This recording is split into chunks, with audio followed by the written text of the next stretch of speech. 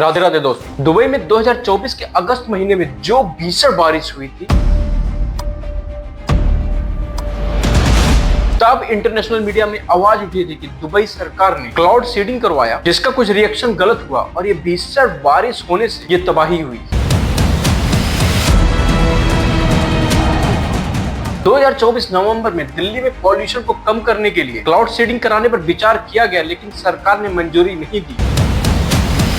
कभी आपने सोचा है कि ये क्लाउड सीडिंग का विचार सबसे पहले किसके मन में आया होगा? लेकिन यह सुनकर आप जरूर सरप्राइज हो जाएंगे कि ऐसा विचार किसी के मन में आया ही नहीं, यह एक्सीडेंटली इफेक्ट से खोजा गया।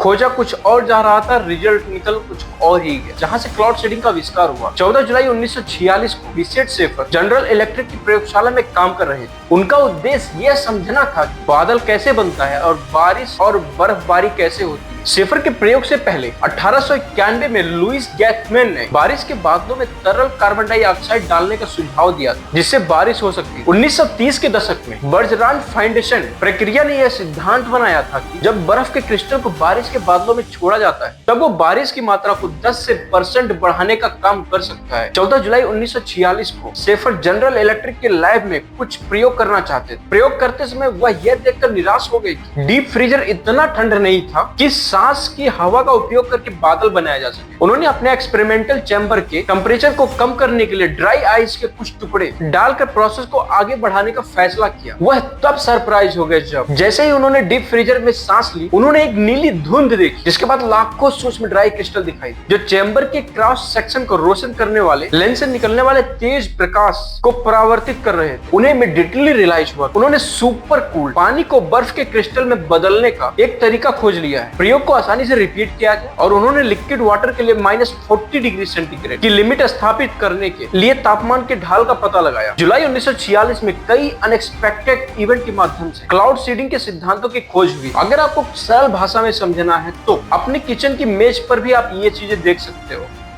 मेज पर बर्फ के पानी से भरा हुआ एक कांच का जग रखते हैं, जिसमें बहुत सारे बर्फ के टुकड़े हों। थोड़ी समय बाद जग की बाहरी सतह पर पानी की कुछ बूंदें ऑटोमेटिक आ जाती हैं। कांच की ठंडी सतह के कारण आसपास की हवा में मौजूद पानी की भाप संघनित हो जाती है। बस यही सेम कॉन्सेप्ट क्लाउड सीडिंग के सिद्धांत में किया जाता है, जिसमें सूखी बर्फ इतनी ठंडी होती है कि यह हवा में मौजूद जल वाष्प को संघनित कर देती है और यह पानी के रूप में बदलकर बारिश के रूप में नीचे गिरने लगता है। क्लाउड सीडिंग के माध्यम से क्षेत्र में प्राकृतिक बादलों को संशोधित कराने का पहला प्रयास 13 नवंबर 1946 को न्यूयॉर्क में उड़ती हुई उड़ान के दौरान शुरू किया गया। शेफर पश्चिमी में माउंट गिलार के पास बर्फ गिराने में सक्षम थे, जब उन्होंने सेनेक कटेडी काउडी हवाई अड्डे से 100 किलोमीटर पश्चिम की ओर पीछा करने के बाद एक विमान से लक्ष्य बादल में 6 पाउंड सूखी बर्फ डाली। यह एक्सपेरिमेंट तब सफल साबित हुआ जब उन्होंने बादलों में रेस्टैक डीसी पैटर्न देखा, जो बादलों में स्वाभाविक रूप से नहीं होता है। यह इस बात का सबूत था कि बर्फ का उत्पादन हुआ था और बादल भौतिकी और वर्षा में बदला जा सकता है। क्लाउड सीडिंग में यूज होने वाले chemicals silver iodide, potassium iodide, carbon dioxide, propane, calcium carbide, ammonium nitrate, sodium chloride, urea यौगिक हैं। अब इस प्रक्रिया को अच्छी तरह से समझते हैं। इस प्रोसेस में मौजूद बादलों को सिल्वर आयोडाइड नामक एक हार्मफुल सबस्टेशन के साथ सीड करना होता है, जिससे पानी की बूंदों को एक पार्टिकल मिल जाता है, जिससे वो बर्फ के क्रिस्टल का निर्माण कर सकते हैं। आपने अब तक